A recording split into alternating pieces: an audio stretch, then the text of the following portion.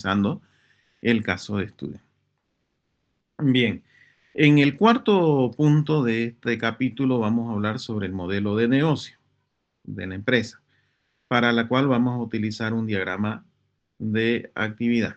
Básicamente aquí vamos a mostrar, por ejemplo, la gestión de venta, si es que es alguna empresa que realiza ventas, si es que es comercial, etcétera, ¿no? Dependiendo. Aquí es bastante movible, no es tan estricto que sí o sí tenga que estar, pero acorde a la empresa, pues tienen que colocar.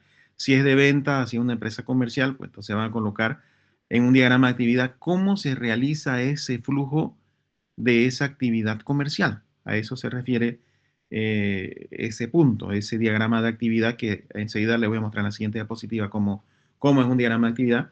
Entonces van a mostrar esa forma, ese workflow sobre lo que es la realización de las ventas. Puede ser también gestión de servicios prestados, lo mismo, ¿no? Entonces, dependiendo de qué se trate, o si es que brinda ambas cosas, tanto a nivel comercial, ventas, como también servicios, entonces podrían colocar un diagrama de actividades por cada uno de estos. Un diagrama de actividades, para recordarles un poco, que estoy seguro que ya lo conocen, básicamente es como lo estamos viendo ahí, no tiene un inicio con una representación gráfica como lo vemos ahí, un final en el cual existe un workflow, un flujo de información o un flujo de cómo se hace algo, en la cual se indica los actores, el mismo sistema, qué es lo que va a realizar, y lo que ustedes vean correspondiente. Esto es bastante variable, dependiendo mucho de cada caso, no es tan específico como lo mostramos acá, pero es referencial, ¿no? Entonces, se muestra el inicio, luego si en el mismo actor sucede algo, sobre el mismo actor va al siguiente flujo, si de ahí ya toca el sistema, ya para registrar, por ejemplo, tal, se va al siguiente flujo donde corresponde y así sucesivamente. Hacen una representación bien precisa sobre lo que es la gestión comercial, por ejemplo, o la gestión de servicios prestados. En pocas palabras, un diagrama de actividades sobre lo que es la función o la actividad principal de esa empresa o de esa organización o de esa institución, dependiendo de lo que ustedes estén haciendo. Y esto sería el capítulo 3, no tiene más. Es directamente una descripción concreta de la empresa hacia donde están realizando el caso de estudio. Digo empresa, pero también, como les digo, puede ser institución, organización, etcétera, etcétera. ¿Alguna pregunta sobre el capítulo 3? Y una consulta. En mi caso, nosotros estamos haciendo un sistema para deporte de la Gabriel. ¿Sería directo para la empresa, la DUPS, o para la Gabriel en sí? ¿Están realizando qué, me dijo? Un sistema de deporte, de gestión de deporte. Gestión de deporte, ¿no? Sí. Eh, Podrían colocar Dirección Universitaria de Bienestar Social, UAGRM. Ah, ya. Podrían colocarlo de esa manera. Porque Ya. si colocan Universidad Autónoma Libre del Moreno es muy amplio, muy genérico, no sería tan preciso. Mejor si ponen la DUPS. Ahora, aquí otro punto importante. No coloquen siglas, coloquen el nombre. Por ejemplo, como pregunta aquí el compañero, no van a colocar DUPS, van a colocar Dirección Universitaria de Bienestar Social, guión UAGRM. Así sería la forma correcta. ¿Ya? Algunos colocan siglas y las siglas no nos dicen nada, eso está mal. ¿Alguna otra pregunta? Nada más. Ok, ingeniero, gracias. Bien. ¿Alguien más tiene otra pregunta?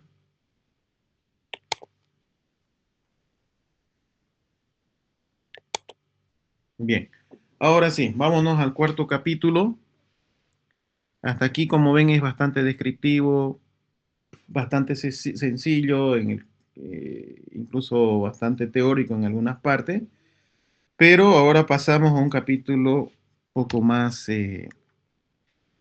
profundo, por así decirlo, en la cual vamos a hablar sobre la especificación de requisitos de software según la IEEE y según la IEEE 830. Espero ya hayan ido mirando de qué se trata esto. Tiene bastantes puntos, pero básicamente vamos a agarrar nosotros los siguientes. Eh, lo vamos a dividir en tres partes, este capítulo 4. La primera parte es la parte introductoria, que también tiene su estructura de documento correspondiente. La segunda parte es descripción general del sistema. Y la tercera parte es requisitos específicos. Todo esto no es teoría, esto es aplicativo, por si acaso.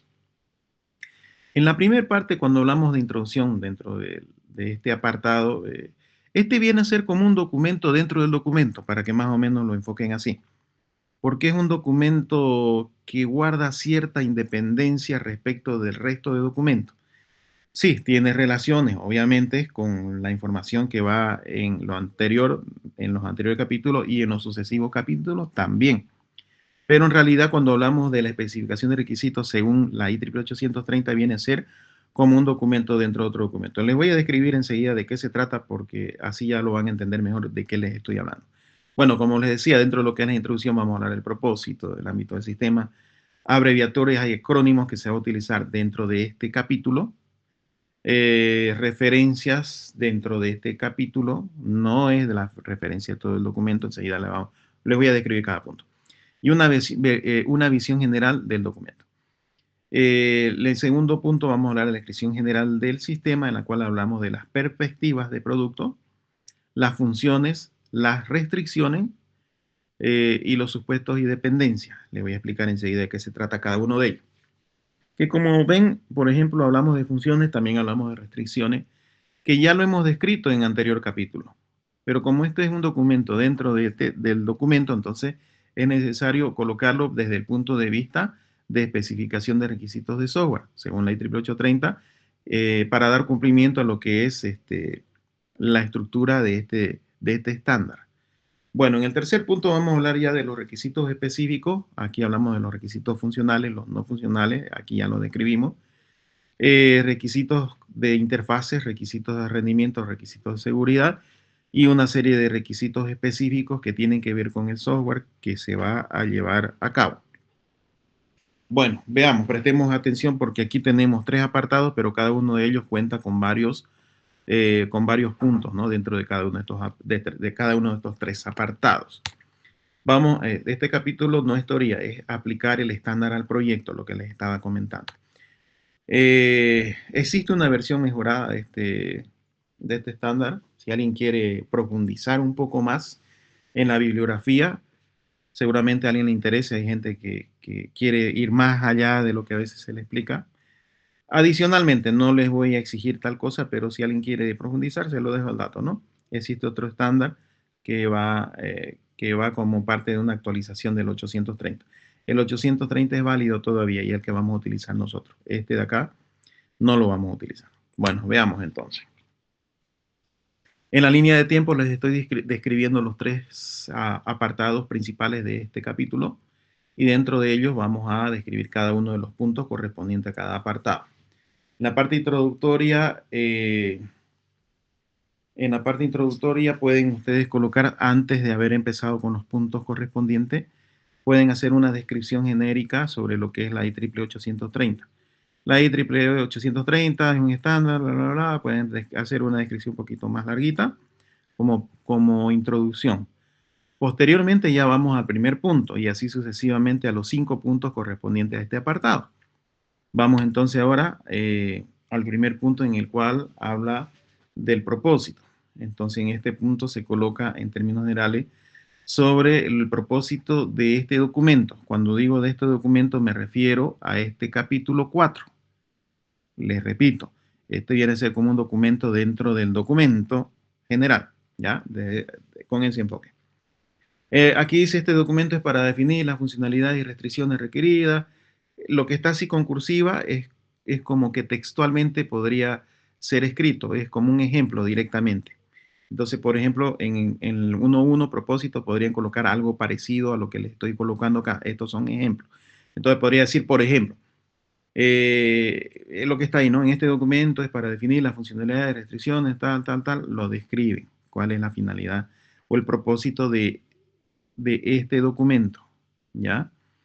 Podría decir, este documento está dirigido al área tanto, de la empresa tanto, su objetivo es definir tales especificaciones y todo eso. Entonces, pueden colocar algo parecido a esto. Aquí les coloco esos ejemplos. Esta diapositiva se la voy a poner a disposición de ustedes para que les sirva de guía.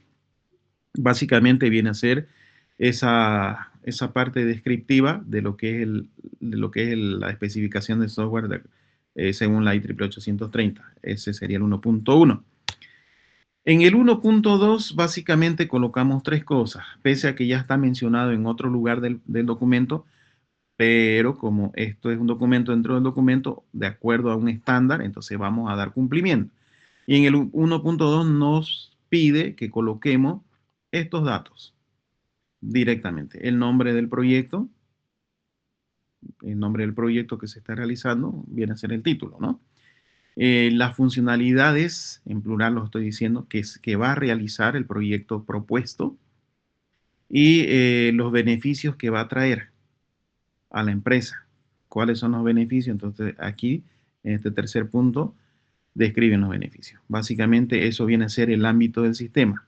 Entonces ya nos estamos adentrando a una descripción un poco más específica, porque en el tercer punto hablamos de definiciones de acrónimos y abreviaturas. En lo que resta del documento vamos a utilizar algunas abreviaturas. Entonces aquí, de acuerdo al estándar, nos pide que hagamos esta tablita. Entonces aquí vamos a colocar el acrónimo, la abreviatura, lo que corresponda, y a qué se refiere con eso. Por ejemplo, la palabra RF nosotros la utilizamos más adelante. En apartado más adelante de este capítulo, utilizamos la palabra RF. ¿Qué significa RF? Requisito funcional, ¿no? O requerimiento funcional. Entonces colocan eso. Es parte del estándar. Nos pide que coloquemos eso y eso vamos a colocar.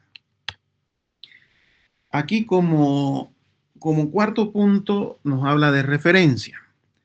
No vamos a hablar de la referencia mucho porque muchos cometen errores acá. No estamos hablando de la referencia de todo el documento. No es la bibliografía esto, por si acaso. No lo es. Simplemente es una referencia de lo que se va a utilizar dentro de este capítulo 4. Nada más. Por eso les digo, esto es un documento dentro del documento. Entonces, maneja sus propias referencias. En el cuarto punto, la IEEE 830 nos pide que pongamos la referencia, pero la referencia dentro del entorno del capítulo 4. Por ejemplo, una referencia que vamos a colocar sí o sí es esta que está aquí, ¿no? El de la IEEE Standard Association 1998, tal. Se describe. Eso es una referencia porque en esto está basado justamente de lo que estamos hablando. Si van a utilizar alguna otra referencia dentro de este capítulo, la colocan, pero solamente la que está dentro de este capítulo. No es del documento, no se olviden de eso. Finalmente, en este quinto punto del primer apartado introductorio, comentamos una visión general del documento. El presente documento se compone de una serie de puntos claves que describen detalladamente. En primer lugar, estamos hablando de la parte introductoria, donde se contempla el propósito, el ámbito, así más o menos. Pueden colocar algo así, esos son ejemplos. Otra forma sería, ¿no? Este documento se compone de 3 secciones principales, las cuales describen la parte primera, la introducción, la parte segunda, la parte descriptiva. Entonces, de esa manera, hacemos una visión general del documento. Cuando hablamos del documento, en este caso nos estamos refiriendo al capítulo 4. Ya van entendiendo por qué esto es un documento dentro del documento, ¿no? Porque lleva cierta independencia y está basado solamente en este capítulo. No así en el documento total, no es así, ¿ya? ¿Alguna pregunta hasta aquí? Espero no estar confundiéndolo cuando le digo, ¿no? Un documento dentro del documento, más bien es para que lo entiendan, ¿no? ¿Alguna pregunta? ¿Se va entendiendo? Básicamente eso viene a ser la primera, bueno, vamos a llamarle sección, la primera sección de introducción. La segunda sección ya hablamos de la descripción general del sistema. En este caso, por ejemplo, ¿de qué se trata la descripción general del sistema? Ahí lo que se lo coloqué textualmente porque, para que les sirva de guía. Proporciona el contexto necesario antes de entrar en los detalles técnicos de los requisitos específicos. Esto es como una previa de lo que vamos a ver en la siguiente sección. Entonces, proporciona un contexto en la cual vamos a hablar de estos puntos para luego entrar en esos detalles técnicos. Ayuda a garantizar que todas las partes interesadas comprendan el alcance y las limitaciones del sistema antes de su desarrollo. Esto sirve como una especie de documento, como un contrato y un convenio a la vez, entre las dos partes, ¿no? La parte que pide el sistema, llamémosle cliente, y la parte que está realizando el sistema. Por ejemplo, ustedes, en plan ingenieros de sistemas, por ejemplo. Entonces, por eso es que este documento ayuda a el entendimiento de ambas partes. Esto que estoy colocando acá es solamente una descripción explicativa hacia ustedes, no es algo, no es ejemplo. Cuando hable de ejemplo, vuelvo a repetir, voy a colocarlo en celeste y en cursiva. Es algo textual ejemplificando. En este caso, yo estoy hablando de una descripción que yo le estoy explicando a ustedes en este momento. Básicamente viene a ser eso lo que es la descripción general del sistema, para lo cual nos vamos directamente al 2.1. En el 2.1 hablamos de las perspectivas del producto. Bueno, y como ven, se compone de 5 puntos esta sección, ¿no? ¿De qué se trata las perspectivas del producto? Por ejemplo, en algunos casos nos topamos con que nuestro sistema ya desde su nacimiento o desde su creación ya guarda relación con otros sistemas. A lo mejor es un subsistema que están desarrollando. Entonces, en este punto se pone una perspectiva indicando en el documento de que se trata de un sistema que está relacionado con otros sistemas, algo así. Entonces, en este punto se define tal cosa. Puede incluir, por ejemplo, un diagrama de la arquitectura en forma general, un diagrama de arquitectura, para apoyar al anterior punto, porque en el anterior punto mostramos la arquitectura y mostramos la relación del sistema que están realizando con otros sistemas, pero de forma de diagrama. Por eso sirven los diagramas de arquitectura en este caso. Entonces, indica si un sistema, si se trata de un sistema independiente o si forma parte de otro sistema más grande. Esto nos ayuda a poner una perspectiva de lo que se está desarrollando en el presente proyecto. Ejemplo, este sistema es un módulo dentro de una plataforma de gestión empresarial que interactúa con un CRM y un sistema de facturación. Ah, ok, usted me pone en contexto una perspectiva, yo sé de que se trata de algo que ustedes están haciendo que guarda estrecha relación con otro tipo de sistema. Y entonces adicionalmente, como les decía, aquí pueden colocar, bueno, esto es un ejemplo muy cortito, tienen que colocar bien detallado, obviamente más largo tiene que ser la información que ustedes van a colocar, y adicionalmente ya incluyen el diagrama de arquitectura. Eso viene a ser la perspectiva del producto. Bien titulado, ¿no? Justamente es eso, nos ponen una perspectiva sobre la ubicación entre lo que ustedes están realizando respecto a otros sistemas en el cual se guarda relación. Si es un sistema independiente el cual no guarda relación, o tal vez un sistema macro el cual guarda relación con otros subsistemas por debajo del que ustedes están haciendo, también lo describen. Eso también es válido. El segundo punto viene a ser las funciones del producto. Viene a ser como un preámbulo de los requisitos funcionales, pero dicho en lenguaje natural. ¿Qué dice acá? Resume las principales funciones que el sistema va a realizar. No es, esto lo quiero resaltar, no es una lista detallada de requisitos, no lo es, sino que se trata de una visión global de las características esenciales o las funciones que va a realizar el software o el sistema que ustedes están realizando, el cual debe estar expresado en un lenguaje natural. Ni siquiera tenemos que utilizar tecnicismo acá, ¿ya? Recuerden que este documento viene a ser algo que sirve como un acuerdo entre dos partes. El cliente generalmente no va a entender de tecnicismo, ¿no? Entonces lo colocamos acá en términos o con lenguaje bastante natural, cuáles van a ser las principales funciones del sistema que están realizando. Ejemplo, el sistema permitirá a los usuarios registrar pedidos, gestionar inventario, tal. Se podrá crear esto, se podrá hacer lo otro, se podrá hacer, colocan en lenguaje natural las funciones del sistema que vayan a realizar. Incluyen, por ejemplo, los reportes, se podrá realizar un análisis completo de las incidencias por mes, en el año, cosas así, ¿me entienden? Entonces, en lenguaje natural van a hacer una descripción de todas las principales funciones del sistema que están realizando. En el tercer punto hablamos de las características y restricciones del usuario. Define el tipo de usuario del sistema. Enseguida le voy a mostrar cómo lo podríamos representar. Pero veamos. Define, por ejemplo, el tipo de usuarios del sistema y sus características a cada uno de los usuarios. Estos usuarios son los que más adelante lo vamos a llamar actores, ¿no? Pero como estamos hablando según la IEEE 830, nos vamos a limitar a lo que nos pide el estándar correspondiente. Entonces, nos dice, ¿no? Se define los tipos de usuario, puede incluir las habilidades técnicas necesarias o restricciones en el uso del sistema en cada uno de los usuarios que se hayan identificado. Por ejemplo, el sistema estará dirigido a empleados administrados sin conocimientos técnicos avanzados, requiere alguna descripción con lenguaje natural, pero también a nivel tabular lo vamos a representar. Enseguida en la siguiente diapositiva les muestro cómo. Se van a definir los actores del sistema. Claro, al definir los usuarios ya estamos hablando de los actores del sistema, que son personas que intervienen de alguna manera o activan alguna función del sistema. Esos son los actores, ¿no? Entonces podemos, por ejemplo, describirlo de una forma tabular para que esté más desambiguado, más limpio, más fácil de entender. Podemos poner el rol, por ejemplo, o los tipos de usuario, no siendo así usuario específico, podríamos hacer otra tabla más específica, pero indicando las características de esos usuarios, básicamente así, o podríamos representarlo de una forma más específica, ¿no? Por ejemplo, tengo la tabla correspondiente al tipo de usuario, administrador. ¿Cuál es la formación? Secretario tanto. ¿Cuáles son las actividades? Estas. Entonces, toda esta tabla corresponde a este usuario. Otra tabla que define al tipo de usuario, al almacenero, por ejemplo.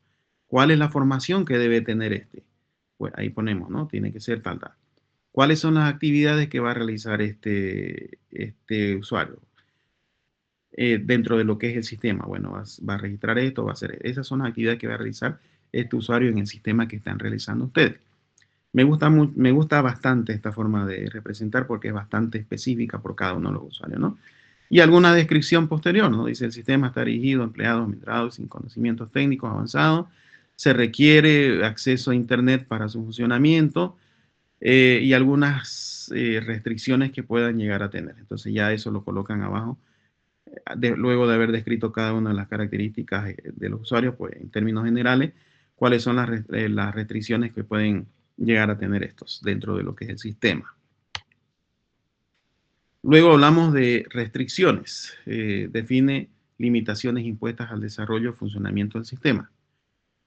Por ejemplo, puede haber restricciones que tienen que ver con hardware, con software, limitaciones en el entorno de desarrollo también, algunas regulaciones, por ejemplo, si se está trabajando con un sistema que tiene que ver con facturación, por ejemplo, tiene grandes normativas que están por encima, entonces el sistema tiene que cumplir esas restricciones, esas normativas, ¿no? O algunos estándares que se debe cumplir. Entonces, se tiene que indicar en este punto cuáles son. Por ejemplo, el sistema debe ejecutarse en servidores Linux, tal. Es un requisito en ese caso, ¿no? Debe cumplir con la norma GDPR para el manejo de datos personales. Ah, ya, ok. Eso viene a ser una regulación que tiene que cumplir. Entonces, así en lenguaje natural van a colocar, ya sean los requisitos necesarios, las restricciones, las limitaciones del entorno de desarrollo, o pueden colocar las regulaciones. Así lo colocan en lenguaje natural. Recuerden que esto es un documento para ambas partes, el cliente lo tiene que entender. Todavía no estamos con ningún tecnicismo en este caso. El resto del documento que vamos a realizar en los demás capítulos, sí, ya es bastante ingenieril. No quiero decir tecnicismo porque no le vamos a bajar el nivel.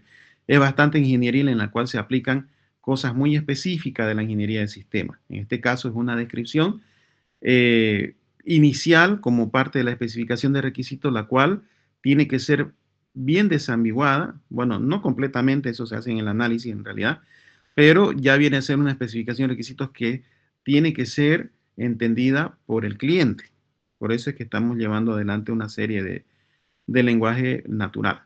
Todavía no estamos entrando en diagramas y esas cosas. Al menos no a fondo, en algunos casos sí se podría utilizar. Como en la siguiente sección, sí vamos a utilizar diagramas. Pero bueno, volvamos acá. El quinto punto de la sección 2 viene a ser dependencias y suposiciones. Listar cualquier suposición hecha sobre el sistema o el entorno de este. Especifica las dependencias externas, tanto a nivel de software, hardware, servicios de terceros, APIs, etcétera, ¿no? Por ejemplo, se asume, ahí ya estamos hablando de una suposición, ¿no? Se asume que los usuarios tendrán conexión estable a Internet. Entonces, ustedes están desarrollando un software una propuesta de software, asumiendo de que este va a estar siempre conectado a Internet, como diciendo, es necesario que estén conectados a Internet, ¿no? El sistema dependerá de una API, hasta ahí estamos hablando de una dependencia externa, ¿no? El sistema dependerá de una API de tercero para la autenticación de usuario. El sistema dependerá de una API de geolocalización para el tema del manejo de mapas, por ejemplo. Entonces, aquí se indican todas esas suposiciones que se supone que así va a ser, más o menos ese viene a ser el enfoque. Y con esto completaríamos la segunda sección que describe de forma general el sistema, desde el punto de vista del estándar de la IEEE 830. Bueno, adicionalmente a esto podríamos colocar ya un modelo de dominio. ¿Hay alguien con su micrófono encendido? Apaguen sus micrófonos, todo el mundo, por favor. Prohibido utilizar micrófono. Ya, no me interrumpan la clase, por favor. Bueno, les decía entonces, aquí en el final de esta segunda sección, no el estándar de ley 88830 no lo exige como tal, pero sí lo sugiere que podamos colocar un diagrama, un modelo de dominio. Ojo, el modelo de dominio no es lo mismo que el diagrama de clase, es muy diferente. No es lo mismo que la base de datos, es un contexto diferente. Aparentemente sí es parecido, ¿no? Tiene los cuadritos, el título, pero no es lo mismo. El modelo de dominio tiene un contexto desde el punto de vista de especificación de requisitos en la parte inicial, en la cual se describe de una manera muy genérica cómo es el funcionamiento de la función principal de lo que va a ser el sistema, incluido su entorno, se puede describir otro tipo de cosas, ¿no? Según la norma, no es explícitamente especificado el uso del modelo de dominio. Entonces, es simplemente sugerido. En nuestro caso, en taller de grado de ingeniería de sistema, vamos a agregarlo, sí lo vamos a contemplar, aunque la IEEE 830 no lo exige, pero sí lo aconseja, entonces nosotros sí vamos a utilizar como 2.6 modelo de dominio. Dice aquí, incluirlo es una buena práctica para facilitar la comprensión del sistema y ayuda a entender el contexto o la visión general del sistema. Entonces colocamos como 2.6 en esta sección, lo quise colocar, o sea, si se dan cuenta, los fui mostrando estos 5 puntos porque eso es lo que establece el estándar. Adicionalmente, le vamos a colocar el 2.6 como parte de una buena práctica, como así lo dice, y va a ser un buen modelo de dominio. Un modelo de dominio no solamente cuadros y enlaces, ¿no? Pueden utilizar generalización y especificación, ¿verdad? Pueden utilizar agregación, composición. Entonces, quiero un modelo bien detallado, un modelo de dominio bien detallado. Ya saben lo que es la palabra modelo. Entonces, aquí se está modelando, ¿no? Se está modelando algo que se ha observado, algún comportamiento o algo de cómo va a ser, y se está realizando, se está representando el modelado de eso que se ha estudiado en forma de diagrama. Eso es modelar. En este caso vamos a realizar el modelo de dominio, que nos va a explicar en términos generales qué es lo que hace el sistema. Incluso los usuarios muchas veces están aquí como entidades, ¿ya? Es porque esto no es base de datos, no es nada de esas cosas. Es en el contexto de el funcionamiento general del sistema que vamos a realizar. Eso viene a ser. Y con eso, ahora sí se concluye la segunda sección. Con el modelo de dominio lo vamos a incluir. Solamente un diagrama, obviamente, porque es un modelo de dominio general, ¿no? De todo. ¿Alguna pregunta hasta aquí?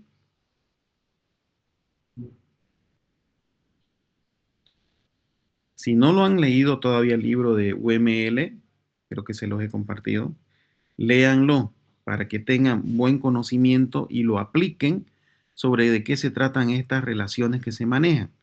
Agregación, composición, generalización, especificación, toda esa relación. Yo soy muy estricto en eso, yo reviso, no me basta con que pongan cuadro y raya y listo, no. Directamente yo cuando hacen eso lo tacho, porque yo necesito que haya un buen nivel de análisis. ¿Ya? Entonces, un buen nivel de análisis para hacer un buen modelado. De este capítulo 4, en la cual hablamos ya de los requisitos específicos.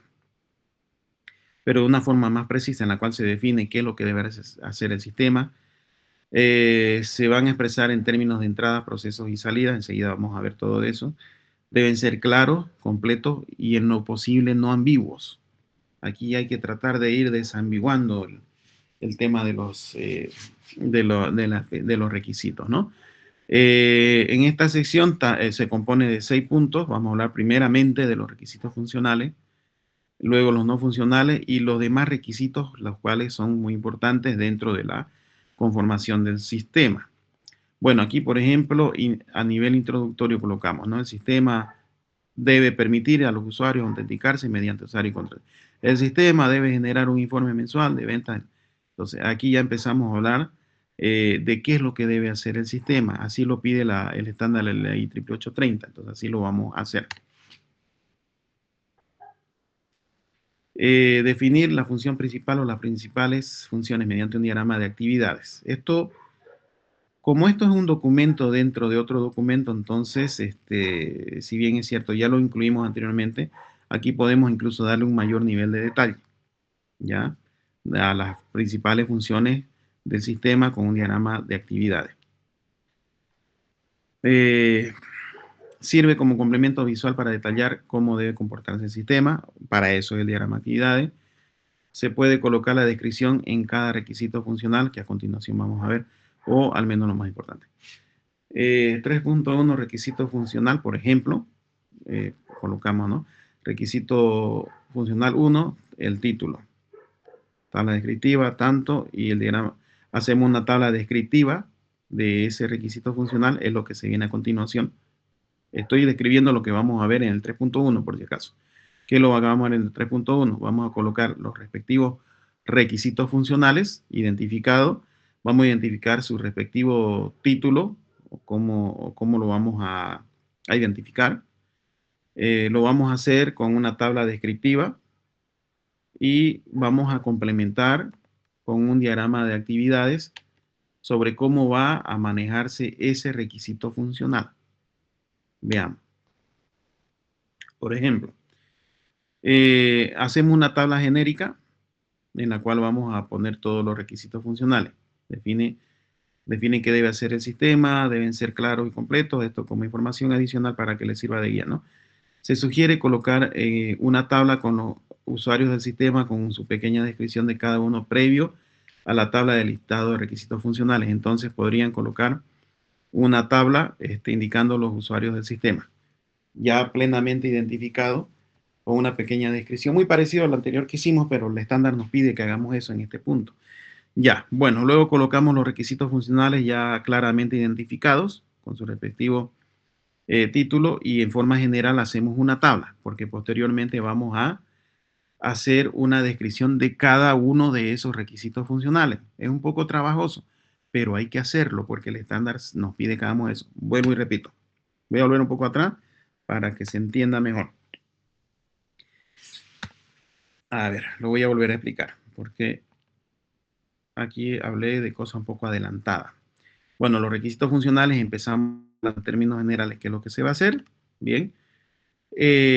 Cuando tengamos los requisitos funcionales en cada uno de ellos, vamos a utilizar esto. En términos generales, podría utilizarse algo completo en la parte inicial. Eso va como sugerencia. Pueden no colocarlo también. Pero cuando hablemos de requisitos funcionales específicamente uno por uno, más adelante, ahí sí le voy a pedir que utilicemos esto de acá, que es el diagrama de actividades de ese requisito funcional. O al menos de las funciones principales, porque no tendría sentido también hacer, ¿no? un diagrama para que me muestre cómo es el login, ¿no? No tiene sentido. Pero al menos de las funciones principales, de los requisitos funcionales que corresponden a las funciones principales, colocar ese diagrama, como lo vamos a ver más adelante. Entonces vamos a hacer una tabla general, pero luego vamos a hacer una tabla específica por cada uno, una tabla específica por cada uno de esos requisitos. Por cada uno hacemos una tabla y por cada uno, o al menos de las funciones principales, un diagrama de actividad de ese requisito. No sé si me va entendiendo. Entonces, estoy repitiendo, ¿no? Vamos a atender de forma genérica todos los requisitos funcionales y luego en ese mismo orden describimos con una tabla específica cada uno de los requisitos funcionales. que al final de esta tabla colocan su diagrama de actividad correspondiente. Veamos. ¿Cómo hacemos la tabla específica? Tiene varios puntos. Vamos a colocar el identificador RF1. ¿Qué prioridad tiene? Porque eso ya lo hemos definido en la genérica, ¿no? ¿Qué prioridad tiene? Ya estamos describiendo acá en el título de esta tabla específica de requisito funcional 1. Por si acaso esto es una tabla, entonces va a tener su identificador de acuerdo al formato APA, ¿no? Va a tener su identificador y abajo su descripción, ¿ya? Solo que aquí no entró, pero vámonos a lo que es la tabla en sí. Entonces colocamos el identificador, qué prioridad, cuál es el nombre de este requisito, de qué se trata ese, van a describir. Entonces, como ven, ya es bastante completo, más al detalle ya es esto. ¿Cuáles son los usuarios que intervienen en ese requisito? Aquí lo identificamos. Es por eso que les sugerí, bueno, lo voy a colocar en la diapositiva de todos modos, que adicionalmente colocar en una tabla con los usuarios del sistema, con su pequeña descripción de cada uno previo a la tabla del listado. O sea, antes de esta tabla se sugiere, por comodidad y facilidad, para tenerlo a mano, para no ojear muy atrás, entonces podemos colocar previo a esta tabla una tablita con los usuarios del sistema y la descripción de estos, ¿ya? Bueno, volvemos entonces. Aquí estamos en la descripción específica de cada uno de los requisitos. Todos los requisitos funcionales deben contar con una tabla descriptiva. Ojo con el dato. Pero no todos los RFs tienen que tener un diagrama de actividades. Simplemente los RF que correspondan a las funciones principales. También tómelo muy en cuenta. Bueno, entonces, ¿qué tenemos? Nombre, la descripción, cuáles son los usuarios que intervienen, cuál es el usuario que inicia ese requisito, cuál es la precondición. Algunos requisitos dependen de otros, entonces va a existir una precondición. ¿Cuál es el proceso? Aquí lo colocamos de esta manera. ¿Cuál es el proceso para dar cumplimiento con este requisito? ¿Cuál es la postcondición? Posiblemente sirva para otro requisito, etcétera. Entonces, una postcondición y algunas excepciones. No autenticado, no tiene permiso, entonces en ese caso ya no se ejecuta, ¿no? Entonces, de esa manera vamos describiendo cada uno de los requisitos funcionales. Otra forma, me gusta bastante esta forma. En realidad aquí yo les voy a dar a ustedes la libertad de que hagan, un ratito se me está acabando la batería. Como les voy comentando, aquí yo les voy a dar la libertad a ustedes de que puedan elegir el formato que crean mejor para ustedes, el más detallado que ustedes vean correspondiente, pueden aplicarlo, ¿ya? Aquí yo les estoy haciendo dos muestras. Esta es una muestra que les estoy mostrando primero, pero existe otra forma que podríamos representar lo mismo y es válido. Ya, veamos entonces. Aquí, por ejemplo, otra forma de especificar cada uno de los requisitos. Recuerden que son tablas, entonces cada tabla va a tener su respectivo, de acuerdo al formato APA, ¿no? Su respectivo identificador, su título. Y van a colocar en la descripción quién, o sea, qué, el por qué, como gerente, o sea, el quién, el gerente, para poder gestionar los roles. Esto que está en rojo no es necesario que lo coloquen, es ilustrativo. Pueden poner quién, gerente. ¿Qué? Para poder esto. ¿Por qué? Para garantizar. Pueden como no pueden colocarlo, es indiferente. Criterios de aceptación, el gerente puede crear los sitios, toda esa descripción referente a ese requisito funcional de con ese respectivo rol.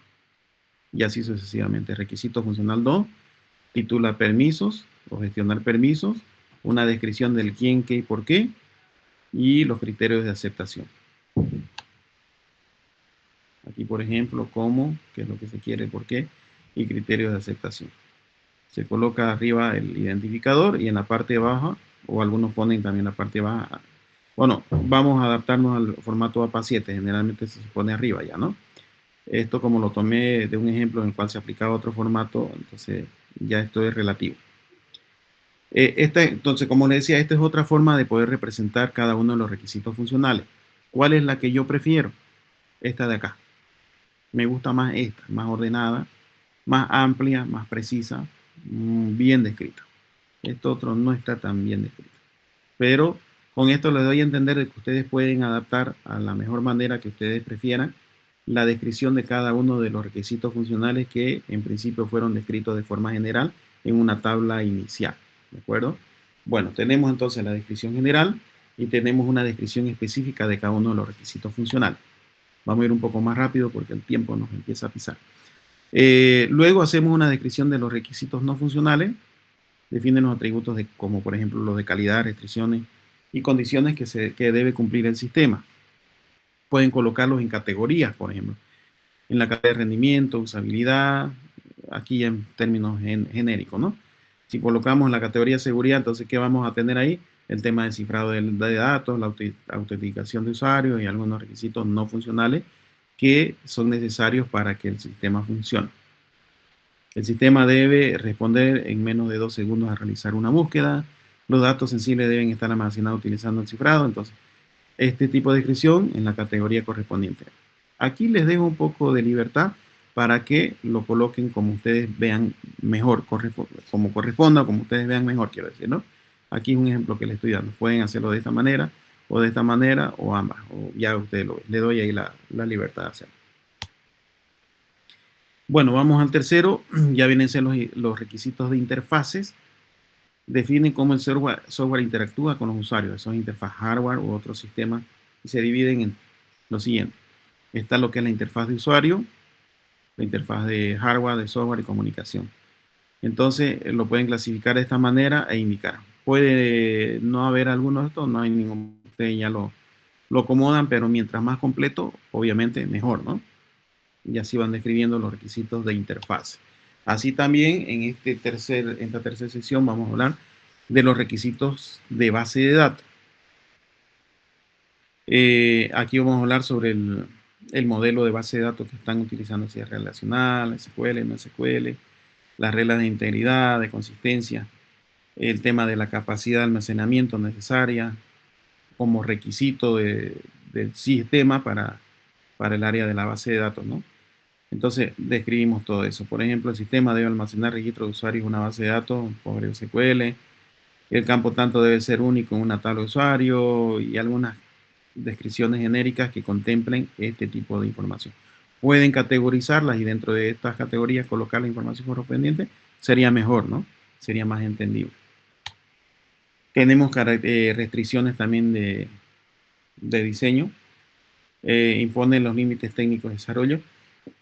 Por ejemplo, en el tema del diseño del software, el sistema debe desarrollarse en Python, en Django. Puede ser que el cliente le diga, yo lo quiero en esto. Por ahí su cliente de usted es otro ingeniero, entonces le va a poner como una restricción de diseño algún lenguaje. Entonces ustedes lo tienen que colocar en documento. Recuerden que este es un documento que lo tienen que entender ambas partes, ¿no? Tanto el cliente como ustedes por el lado del desarrollo del proyecto. El software debe cumplir con los estándares tanto para las transacciones financieras. Es una restricción bastante importante. Y así sucesivamente, todo eso se anota en este documento. Luego tenemos requisitos de tiempo también, en cuanto a lo que tiene que ver con tiempos de respuestas. Por ejemplo, que el sistema debe dar resultados en X cantidad de segundos. Me lo exigen así.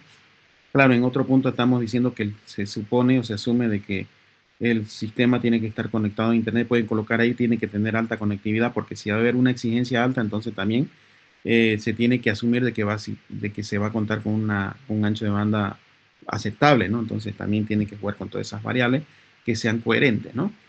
El tiempo de carga de la interfaz no debe demorar tanto, etcétera, etcétera. Capacidad de carga máxima, el sistema debe soportar al menos 500 usuarios concurrentes sin afectar el tiempo de respuesta, o sea, 500 usuarios que estén conectados en el mismo tiempo, ¿no? Al mismo momento. Debe procesar hasta 10.000 transacciones por minuto, entonces ese tipo de capacidad y carga máxima tienen que colocarlo acá. Estos datos son bastante importantes porque muchas veces los clientes se quejan con sistemas que no han sido bien optimizados y los tiempos de respuesta son malos. ¿Por qué? Porque hay ingenieros que no se preocupan en la optimización. Con que responda sirve, pero cuando le damos una carga de fatiga al sistema, el sistema colapsa. Entonces ahí es donde se ve que está mal hecho también, ¿no?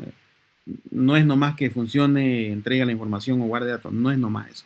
Existen, restricciones de calidad y a la hora de hacer las pruebas entonces ahí se ven este tipo de cosas. Ah, no, pero yo estoy tratando de hacer mil usuarios recurrentes y esto se cuelga. A ver, veamos. No, pues señora, aquí en el documento dice que usted me pidió y acordamos que eran 500 nomás.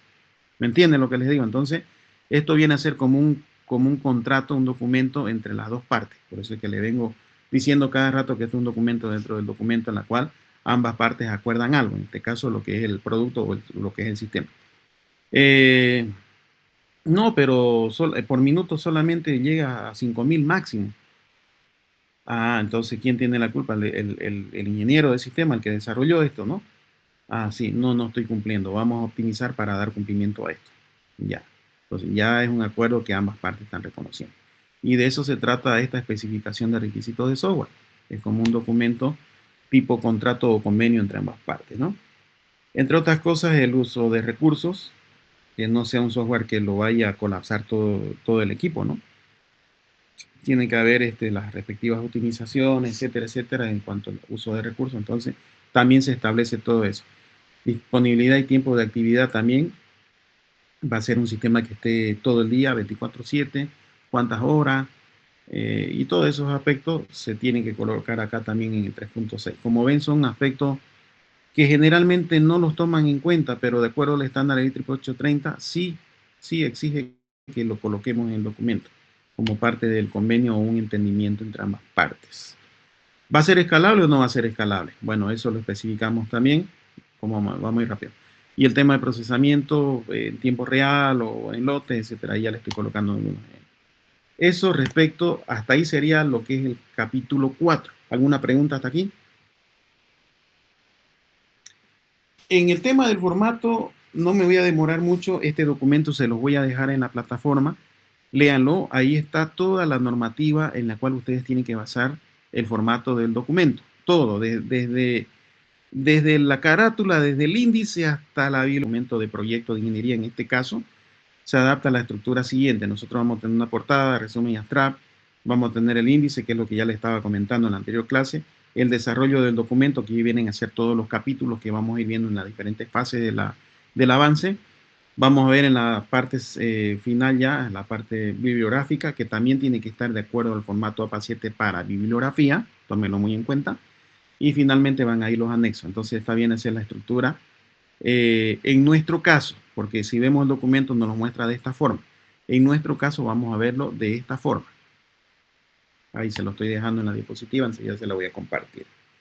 Ya, ¿qué más tenemos en cuanto a las tablas? Algunas consideraciones. Aquí vamos a colocar, de acuerdo a la norma APA 7, lo que es el título. Aquí, el identificador o numeración de ese elemento, en este caso una tabla.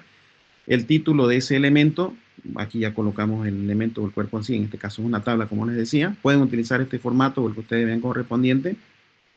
Y en la parte de abajo, como nota, colocan alguna nota correspondiente y colocar la fuente de la tabla. Si es de elaboración propia, colocar que es fuente de elaboración propia también. Si es que lo han sacado de algún otro lugar, colocar acá de dónde han obtenido esa tabla. ¿Ya? Aquí, por ejemplo, tenemos una nota, pero también está indicando, ¿no?, la fuente. En este caso es una imagen. Lo mismo, el identificador, el nombre, la imagen. De acuerdo al formato APA 7, esto va a la izquierda, pero el elemento va centrado, por ese caso. Tómenlo muy en cuenta.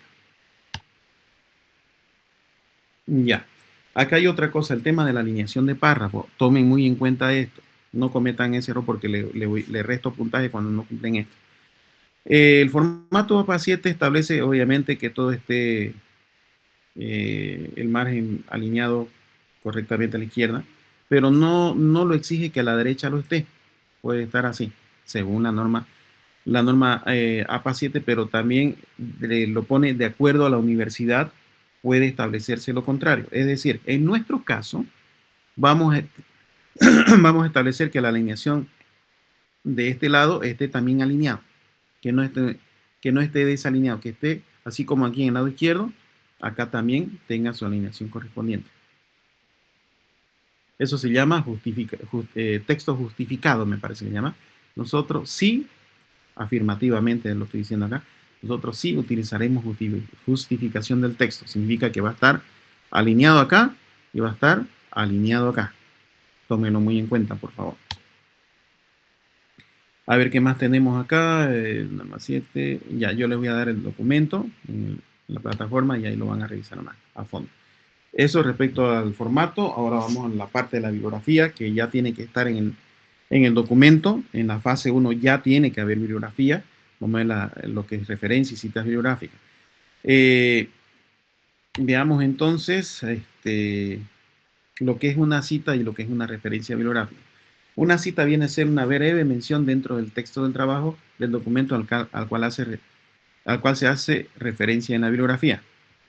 Enseguida le voy a mostrar ejemplos más concretos. Viene a ser como que este es un párrafo y coloca una especie de codificación que apunta al apartado de bibliografía y esa codificación yo la encuentro en bibliografía y digo, ah, salió de este libro, más o menos así. Entonces, dentro del texto, dentro del documento va esto.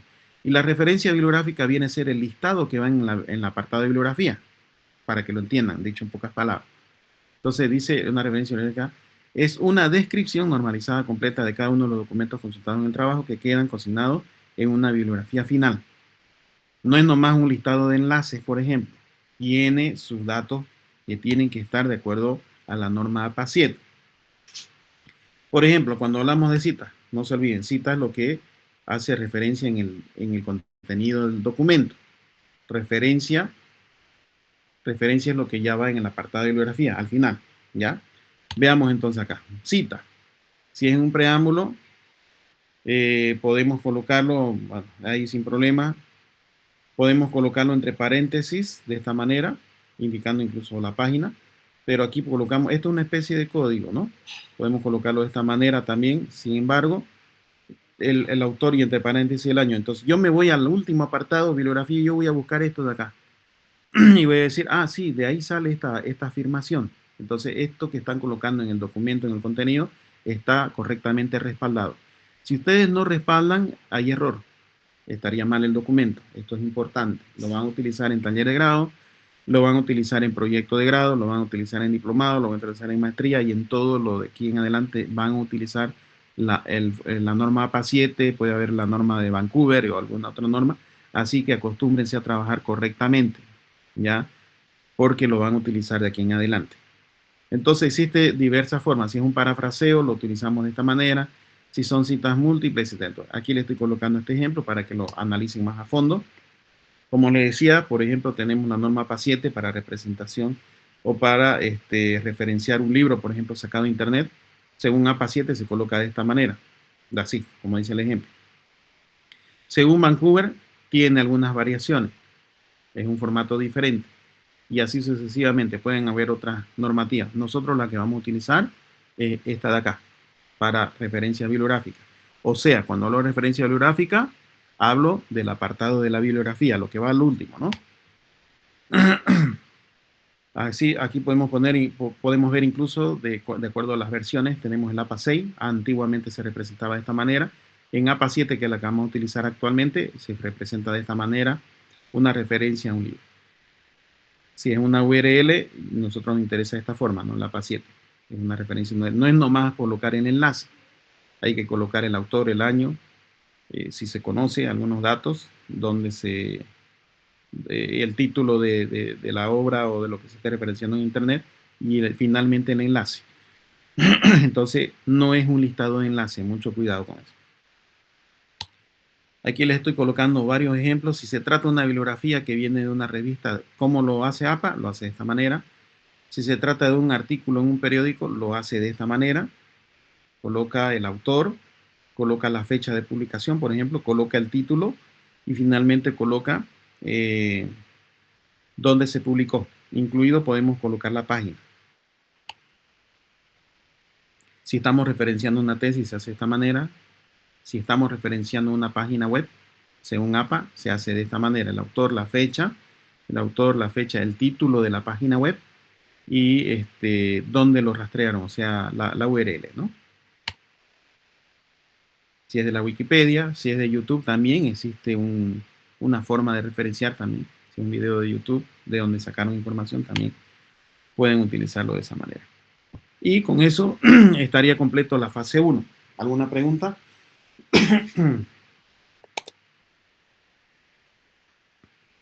¿Ninguna pregunta? ¿Se entendió todo entonces? Ya. Vamos a marcar entonces rápidamente la fecha. Una semana le vamos a dar para la presentación de la fase. Ya están trabajando ustedes en el perfil de proyecto, entonces lo que resta, y como están trabajando de 2 en 2, entonces es fácil, entonces hacen una semana. Marcamos entonces, por favor, para el día miércoles 8 de octubre, me están presentando la fase 1. El día viernes, si existiesen algunas dudas, puedo conectarme y aclararlas, pero clase como tal no vamos a tener, porque con esto concluimos la fase 1 y hasta que no esté revisada la fase 1, no vamos a pasar a la fase 2. Vamos a ir marcándole la fecha correspondiente y así vamos a ir avanzando. ¿Listo? ¿Alguna pregunta antes que nos vamos? Adelante, Miley.